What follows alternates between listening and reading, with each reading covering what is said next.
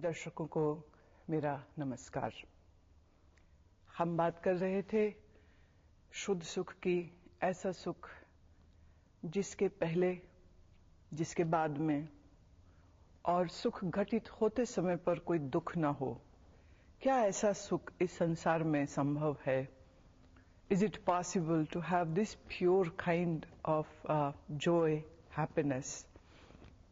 No doubt we do seek it, no doubt we want it, no doubt we are looking for it. But the question is, would we be successful to find it? इसके पहले कि मैं जवाब दूं कि ये कहां से मिलता है और कैसे मिल सकता है, हम थोड़ा सा रिव्यू कर लेते हैं जो बात हमने पिछले बार की।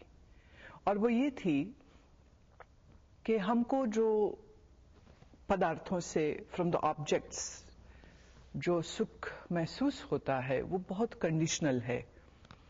उसकी एक मर्यादा है, उसकी एक टाइम लिमिटेशन है, उसकी एक समय से बंधी हुई एक सीमा होती है जिसमें वो सुख देता है। मैं थोड़ा सा इसके ऊपर और रोशनी डालना चाहूंगी। जैसे धन सुख देता है, पर उसकी एक सीमा है। वो आपके शरीर के लिए कंफर्ट, लग्जरीज उपलब्ध करा सकता है। You can have a very comfy lifestyle. आप जो चाहे वो खरीद सकते हैं, आप जहां चाहे जा सकते हैं, आप जो चीज लेना चाहें ले सकते हैं, आप जो खाना चाहे खा सकते हैं, जो कपड़ा पहनना चाहे पहन सकते हैं, जिस जगह घूमना चाहे घूम सकते हैं, और पैसे के बलबूते पर आप जिसको चाहे उसे मिल भी सकते हैं और जो चाहे सो करवा भी सकते हैं। लेकिन इतने सारे फायदे होने के बावजूद धन आपको कुछ चीजें नहीं देगा। जैसे ये सब भोगने के बाद, ये सब देखने के बाद, ये सब कुछ करने के बाद भी उदासी धन दूर नहीं कर सकेगा। If you are feeling lonely, then this money can not take it away. आपसे आपके मन की सिक्योरिटी की पूर्ति धन से नहीं हो सकती है। You can't feel secure, rather if you have too much money then you are more insecure. क्योंकि ज्यादा पैसा है तो फिर वो कहीं गलत हाथ में ना चला जाए, कहीं सरकार उसको ना छीन ले, कोई अपना एम्प्लॉई हमको बैकस्टैब ना कर दे, हमारा कोई अपना रिश्तेदार हमसे वो सब धन छीनने के लिए कोई ऐसी योजना ना बना ले जिससे हमको तकलीफ हो जाए। तो इनसिक्योरिटी की जो फीलिंग है, शायद वो ज्यादा धन आने पे बढ़ जाती है। इसलिए जितना अधिक धन होगा, कहीं ना कहीं पर उसके चले जाने का, उसके छूट जाने का, उसके गुम हो जाने का, धन के चोरी हो जाने का, लूटे जाने का, ब्लैकमेलिंग का, ये डर भी साथ में आ जाता है। मैं एक ऐसे परिवार को मिली जिनके घर के मुख्य सदस्य को अपहरण कर लिया गया। उग्रवादियों ने अपहरण किया। ये पंजाब की घटना है और कुछ 15 दिन तक इस सज्जन के बारे में कुछ मालूम नहीं हुआ। और उनके अपहरण करने का कारण उनका पैसा ही था। उनके पास पैसा है, ये सब जानते हैं, ये पूरा शहर वाकिफ है, और पैसे की वजह से उनकी बड़ा रसूख भी था। लेकिन इसी पैसे की वजह से उनका अपहरण हुआ। और फिर वो बात अलग है कि सकुशल धन देने के बाद वो घर वापस लौट आए। लेकिन वो 15 दिन जो उनको कैद में बिताने पड़े और उनकी यातनाओं को सहना पड़ा, और परिवार जो रोज हर पल मर रहा था कि वो वापस आएगा या नहीं आएगा, उसके साथ क्या होगा, क्या हो रहा होगा, इस त्रासदी, इस दुख को जो उन्होंने भोगा, उसकी वजह भी उनका धन ही था। तो धन अगर सुख दे सकता है टेम्पररी, अगर धन आपको लग्जरी दे सकता है, अगर धन आपको सुविधाएं दे सकता है, तो यही धन आपको भय भी दे सकता है। यही धन आपके रातों की नींद हराम कर सकता है। यही धन आपके ऊपर कुत्सित भावना रखने वाले लोगों की दृष्टि भी ले आता है। तो धन से सुख मिलता है। हम अगर ये ना कह के हम ये कहें कि धन हमको कंफर्ट देता है, धन हमको आराम देता है, शरीर के तल पर आराम देता है। बाहर सर्दी है, आप सेंट्रली हीटेड मकान में रहते हैं, बाहर गर्मी है, आप सेंट्रली एयर कंडीशन मकान में रहते हैं, या विंडो एसी आपके पास है, तो डेफिनेटली शरीर को बहुत सुकून मिलता है। आपको भी मिलेगा, हमको भी मिलेगा, किसी को भी मिलेगा। परंतु अगर मन में चिंता है किसी बात के लिए भी, अगर मन में कोई फिक्र है, अगर मन में कोई पीड़ा है, अगर मन में इंफीरियरिटी कॉम्प्लेक्स है, अगर मन में मृत्यु का डर है, अगर मन में किसी के रोगी हो जाने की वजह से, some near dear ones is sick, तो उसकी पीड़ा की वजह से आप कंफर्ट में हैं, आप बहुत सुविधा में हैं, आप बहुत लग्जरी से घिरे हुए हैं, लेकिन उसके बावजूद आपके मन से दुख को कौन निकाल पाएगा? ये सुविधाएं, ये ऑब्जेक्ट्स, ये कंफर्ट, ये तो आपके मन की इस पीड़ा, इस भय, इस दुख को दूर नहीं कर सकेगा। तो धन फिजिकल कंफर्ट्स दे सकता है। We assume that we will get some mental comfort too, but if we analyze it, then it is not the mind comfort which you get, but it is more of tantalizing sensationalism. It is more of flickering of excitement which you get. जब आप कोई नई चीज खरीदते हैं, जब आप किसी नई जगह, किसी नए क्लब, किसी नए रेस्टोरेंट में जाते हैं, जब आप बहुत पैसा खर्च करके किसी बड़ी हस्ती को मिलने का कुछ प्रबंध कर पाते हैं, या उसको अपने घर में बुला पाते हैं, अपनी पार्टी में उसको डांस करने के लिए बुला पाते हैं, it gives you a thrill, it gives you excitement, it gives you that flickering pleasure. लेकिन हमको ये भी समझना होगा कि वो जो आंशिक उन्माद होता है और जिस सुख की हम बात कर रहे हैं, वो दोनों अलग चीजें हैं। उन्माद आता है एक बाढ़ की तरह और फिर चला जाता है, लेकिन जिस सुख के विषय में मैं बात कर रही हूं, वो सुख एक बाढ़ नहीं है, वो सुख एक उन्माद नहीं है, वो सुख एक चिंगारी की तरह, एक शोले की तरह भड़के और फिर शांत हो जाए, ऐसा नहीं है। ये सुख ऐसा है जो हमेशा बना रहता है। ये सुख ऐसा है कि सुख के आने से पहले और सुख के बाद तो कुछ होता नहीं है, लेकिन जिस समय सुख घटित हो रहा है उस समय पर भी उसमें लेश मात्र भी, not even an iota of pain is going to be there. हम इसी लॉजिक के साथ अगर हम बाकी सब चीजों को देखने लग जाएं, तो हमें ये दिखाई पड़ता है कि objects can give us very limited pleasure. Objects can give us comfort. Objects can give us a ride of luxury. Objects can give us a sense of opulence in our life.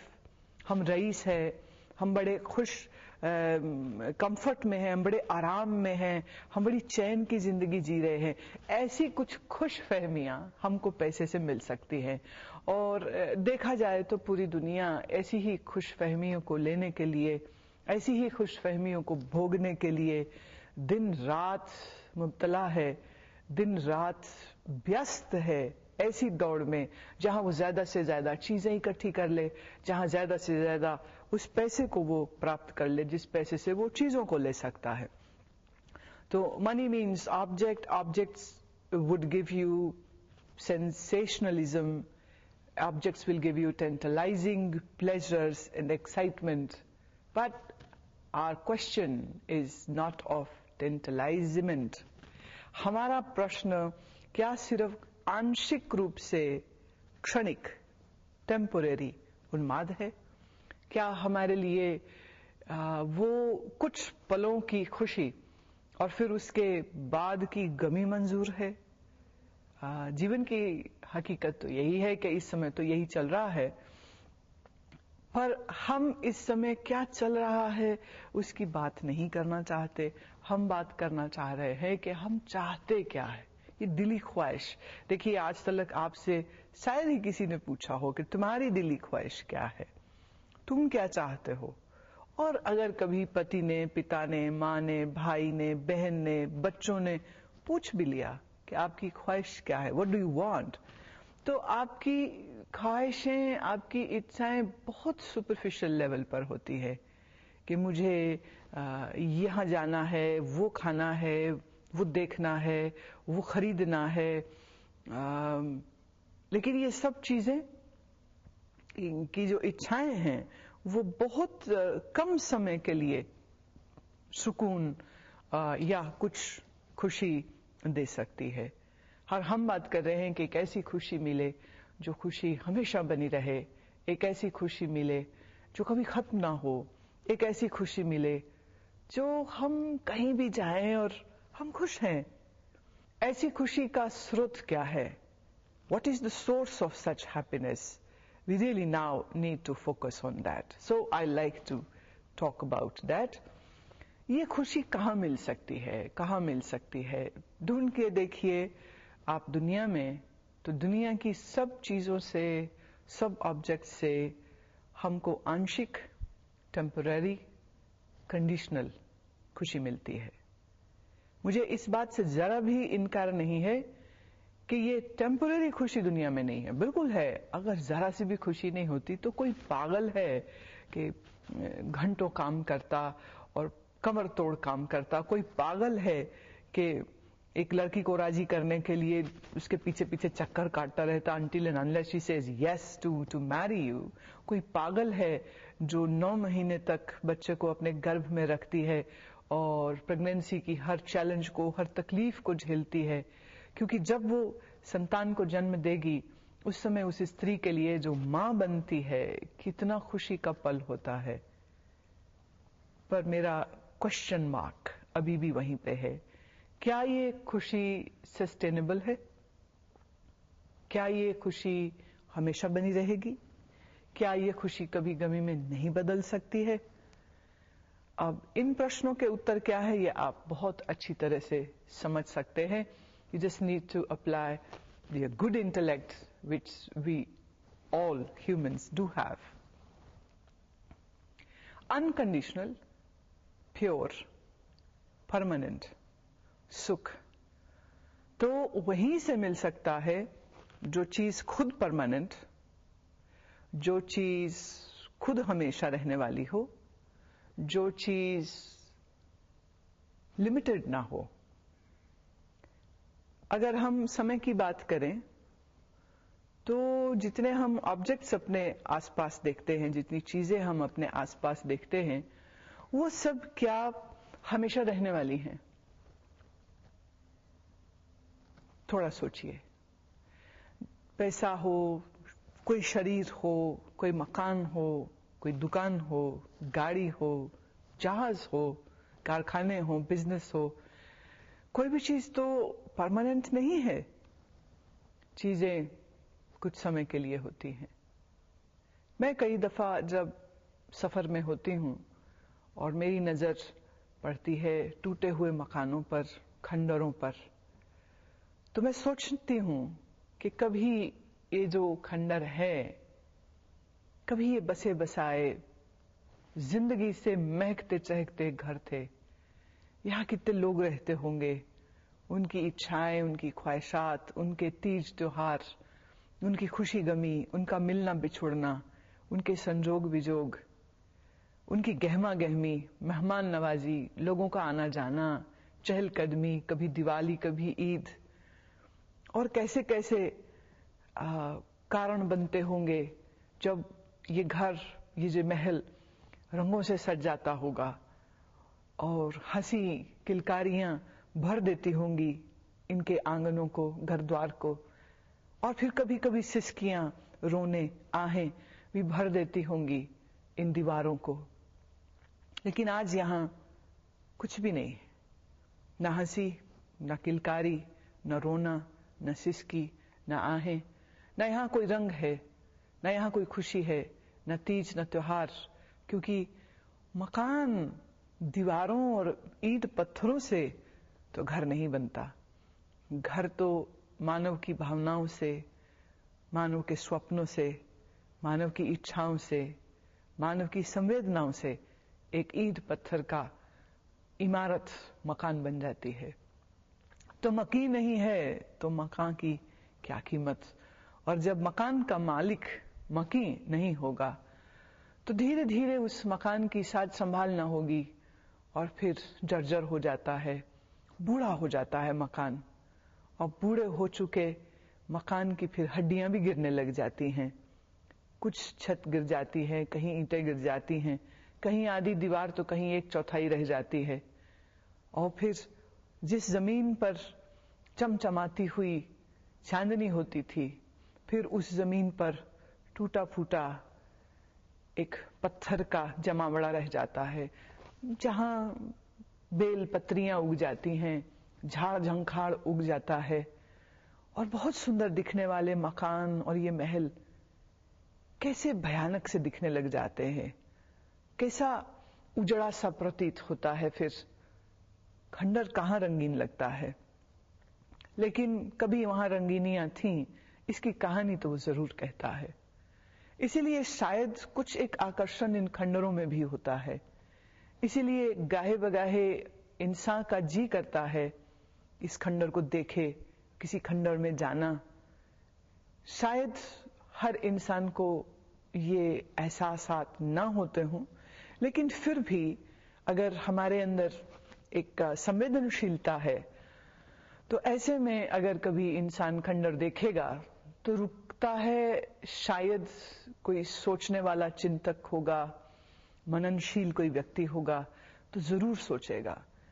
और उस खंडर से ज्यादा जिस घर में वो रह रहा है, उस घर को देख करके वो सोचेगा कि ये घर जो आज गुलिस्तां हुआ पड़ा है, ये घर जिसमें आज बागे बहारा खिल रही है, ये घर जिसमें आज मेरा परिवार चहक रहा है, ये मकान भी एक दिन खंडर हो जाएगा। ये मकान भी एक दिन झाड़ झंखाड़ उगने की जगह हो जाएगा। ये जगह भी ऐसी हो जाएगी जहां वीराने गूंजेंगे, जहां खुशियों की धाक नहीं होगी, जहां शायद उदासी और एक ठहराव होगा। अगर हम किसी दूसरे के खंडर को देख करके अपने मकान के खंडर हो जाने की स्थिति को महसूस नहीं करते हैं या सोचते नहीं हैं, तो ये निश्चय ही थोड़ा चिंता का विषय है। मैं चिंता का विषय इसलिए कह रही हूं कि अगर आदमी इन सच्चाइयों से रूबरू नहीं होता है तो मुमकिन है कि फिर जिस दिन उसकी जिंदगी खंडर होने लग जाएगी, जिस दिन उसके आसपास चीजें टूटने लग जाएंगी, जिस दिन उसके आसपास रिश्ते टूटने लग जाएंगे, उस दिन वो ऐसी तकलीफ झेलेगा कि उस दर्द का फिर कोई इलाज भी नहीं होगा। हम समझदार आदमी उसी को कह सकते हैं जो जिंदगी की शुरुआत और जिंदगी के अंत दोनों को देखे और समझे और उसके बारे में विचारे। मेरे हिसाब से मनुष्य वही है जो मनन करता है, जो सोचता है। The one who thinks and the one who doesn't think, we can say the person looks like a human but is yet to become a human. वो मानव दिखता तो है पर अभी मानव होने में उसको बड़ी देर है। जिंदगी में ऐसी क्या चीज है जो परमानेंट है? आपकी समझ में ऐसी क्या चीज है जो कभी नहीं बदलती है? आपकी समझ में ऐसी कौन सी वस्तु है जो कभी मरती नहीं है? और याद रहे, जो चीज मर सकती है, जो चीज खत्म हो सकती है, जो चीज बदल सकती है, वो हमको पूर्ण सुख नहीं दे सकती है।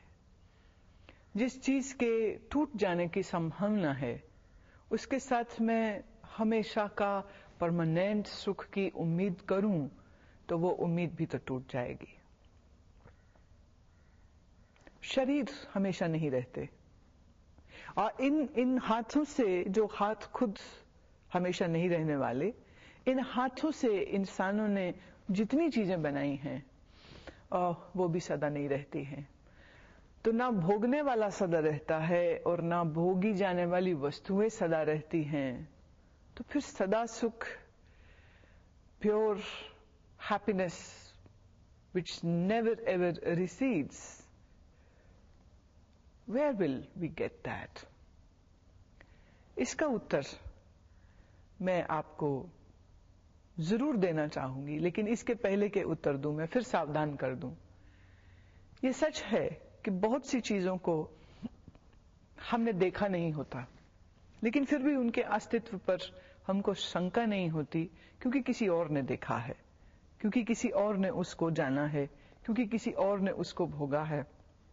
तो हम उसकी बात पर यकीन करते हैं, लेकिन बातें सिर्फ यकीन पर खत्म नहीं होनी चाहिए। हम उससे 2 कदम और आगे चल के उन चीजों को फिर अपनी आंखों से देखना चाहते हैं और ये सोचते हैं कि आज नहीं देखा तो कल जरूर हम उसको देख लेंगे। मेरा उत्तर, पूर्ण सुख कहां से मिलेगा? ऐसा सुख जिसके पहले, जिसके बाद में और सुख घटित होते समय पर भी कोई परछाई नहीं हो। ऐसा सुख का स्रोत वही हो सकता है जो स्वयं शाश्वत हो, सनातन हो, जो स्वयं असत्य ना हो, जिस पर काल का, समय का कोई असर ना होता हो। वो एक ही है, परमात्मा। जब भी मैं परमात्मा कहती हूं तो उसका अर्थ शायद वो नहीं है जो आप समझते। माफ कीजिएगा, मैं ये नहीं कह रही हूं कि आप समझते नहीं हैं, पर मैं ये कह रही हूं कि जो आप परमात्मा के बारे में समझते हैं वो समझ अभी पूरी नहीं है, थोड़ी कच्ची है वो समझ। परमात्मा एक अस्तित्व है, व्यक्ति नहीं। परमात्मा एक सत्ता है, शासक नहीं। परमात्मा एक ऐसी न्यूट्रल कैटलिस्ट, अस्तित्वगत चैतन्य सत्ता है जिसका मानव मन के मानने या ना मानने से कुछ फर्क नहीं होता। देखिए, जब तक आइजैक न्यूटन ने लॉ ऑफ ग्रेविटी को नहीं समझा था, जाना था, क्या उसके पहले पृथ्वी में गुरुत्वाकर्षण नहीं था? क्या उस समय तक पृथ्वी पे ग्रेविटी काम नहीं कर रही थी? बिल्कुल काम कर रही थी। उसी ग्रेविटी की वजह से उसने गिरते हुए सेब को जब देखा तो उसका इस फंडामेंटल फिजिकल लॉ की तरफ ख्याल गया कि धरती में एक फोर्स है, एक ऐसी फोर्स जो चीजों को अपने साथ बांध के रखती है, जो चीजों को अपने साथ जोड़ करके रखती है। सोचिए, क्या इसके पहले किसी ने गिरता हुआ सेब नहीं देखा था? किसी वृक्ष से गिरता हुआ फल नहीं देखा था? क्या आज के पहले कोई फल धरती पर गिरा ही नहीं था? गिरा भी था, बहुत लोगों ने देखा भी था, लेकिन फिर भी किसी के दिमाग में ये बात नहीं आई। लेकिन न्यूटन के मन में ये बात आई और फिर उसने उसके ऊपर चिंतन करना शुरू किया और समझना शुरू किया, और समझते समझते समझते, खोज करते करते करते कुछ वर्षों में वो इस निष्कर्ष पे पहुंच गया that there is indeed the law of gravity which is holding us all. और इस गुरुत्वाकर्षण के जो इफेक्ट्स हैं वो इफेक्ट्स भी समझे, और गुरुत्वाकर्षण की क्या फोर्स होती है, ग्रेविटी की क्या फोर्स होती है, उस फोर्स को भी उसने समझा। सोचिए, जब पहले पहल न्यूटन ने ये बात कही होगी तो हो सकता है बहुत से लोग उस पर हंसे हों, उसका मजाक उड़ाया हो, क्योंकि बात बड़ी नई सी है और बात बड़ी अजीब सी है। लेकिन धीरे धीरे वक्त के साथ इस विज्ञान को सबने स्वीकार किया, और जिन्होंने स्वीकार नहीं भी किया उन्होंने भी इस विज्ञान को घटित होते हुए जरूर देखा है। तो जब किसी व्यक्ति ने कहा, किसी टीचर ने कहा, जब किसी साइंसदान ने कहा कि गुरुत्वाकर्षण है, ग्रेविटी है, तो हम लोगों को ज्यादा देर नहीं लगी उसको स्वीकार करने में। इसी तरह परमात्मा को जिन्होंने खोजा, जिन्होंने जाना, जिन्होंने समझा, उनको हम ऋषि कहते हैं, उनको हम महात्मा कहते हैं, उनको हम एनलाइटन बीइंग्स कहते हैं। और जब उन्होंने कहा कि परमात्मा है, तो ये उनकी मान्यता नहीं थी, ये उनकी खोज थी, ये उनकी सोच नहीं थी, ये उनका अनुभव था, ये उनकी कपोल कल्पना नहीं थी, ये उनका आविष्कार था, खोज थी। याद रहे, न्यूटन ने ग्रेविटी को बनाया नहीं था, ग्रेविटी को बस समझा था, उसकी फंक्शनिंग को समझा था। इसी तरह ऋषि जो है वो ईश्वर को बनाता नहीं है, वो ईश्वर को कल्पना से खड़ा नहीं करता है। अस्तित्व परमात्मा का है और उसने सिर्फ खोजा है। अब फर्क यह है कि न्यूटन ने जिस ग्रेविटी को समझा, ढूंढा, वो ग्रेविटी एक फिजिकल फोर्स है, दिखती नहीं। किसने देखी ग्रेविटी? किसने देखा गुरुत्वाकर्षण? लेकिन उसके प्रभाव को देखा है। लेकिन फिर भी न्यूटन ने जिस ग्रेविटी को समझा वो एक फिजिकल फोर्स है, और उस फिजिकल फोर्स को समझने के लिए कुछ फिजिकल टूल्स की आवश्यकता थी, और उन टूल्स के साथ साथ न्यूटन की बुद्धि जो फिर सूक्ष्म है, it is very subtle, no one has seen how much intellect someone has it, but yet we know it that intellect is there, intellect is functioning. Gravity एक फिजिकल फोर्स थी, उसको समझने के लिए फिजिकल साधनों की आवश्यकता थी, लेकिन परमात्मा एक फिजिकल फोर्स नहीं है जिसको समझने के लिए, जिसको जानने के लिए हमको आवश्यकता बाहरी साधनों की नहीं पड़ती है। तो जिन ऋषियों ने परमात्मा सत्ता को जाना, खोजा, समझा, आविष्कार उनका हुआ, उन्होंने ये निष्कर्ष दिया, उन्होंने ये कंक्लूजन दिया कि परमात्मा सत्य है, सनातन है, शाश्वत है, और जो शाश्वत है वही सत्ता चैतन्य भी है, जड़ नहीं है, और जो चैतन्य है वह आनंद स्वरूप भी है। तो परमात्मा को आनंद स्वरूप का, वेद कहता है रसो वही सहा, परमात्मा रस स्वरूप है। गुरु नानक साहब कहते आनंदो आनंद घना, मैं हर प्रभ मिलिया राम, प्रभु मुझे मिला और मुझे घना आनंद हो गया। गुड़ खाया और मुंह मीठा हो गया तो कहना पड़ेगा गुड़ मीठा है, तो परमात्मा मिला और आनंद हुआ तो कहना पड़ेगा कि परमात्मा आनंद स्वरूप है। तो परमात्मा आनंद स्वरूप है, तो उसी आनंद स्वरूप परमात्मा से ही हमारी पूर्ण सुख की, सदा सुख की, शुद्ध सुख की इच्छा पूरी हो सकती है। इस विषय में बाकी की चर्चा हम लोग अगले बार करेंगे। इसी के साथ मैं वाणी को विश्राम देती हूं, और साथ ही साथ एक सुझाव, अगर आपको मुझसे कुछ पूछना है, कुछ समझना है, और मैं चाहूंगी कि जो मैं बोल रही हूं उसी सब्जेक्ट, उसी मुद्दे, उसी विषय के ऊपर ही अगर आपके सवाल रहें तो ये बहुत अच्छा होगा, क्योंकि मैं सब कुछ तो जानती नहीं, जितना जानती हूं उतना बोल रही हूं। उस बोले में कुछ और समझना चाहें तो आप अपने प्रश्न, आप अपने सुझाव मुझे भेज सकते हैं guruma.com वेबसाइट के ऊपर, और आपके भेजे हुए ईमेल्स और आपके भेजे हुए इन सब पत्रों का, प्रश्नों का मैं निश्चय ही इसी कार्यक्रम में उत्तर देती रहूंगी। इतना ही कहकर वाणी को विश्राम देती हूं। धन्यवाद।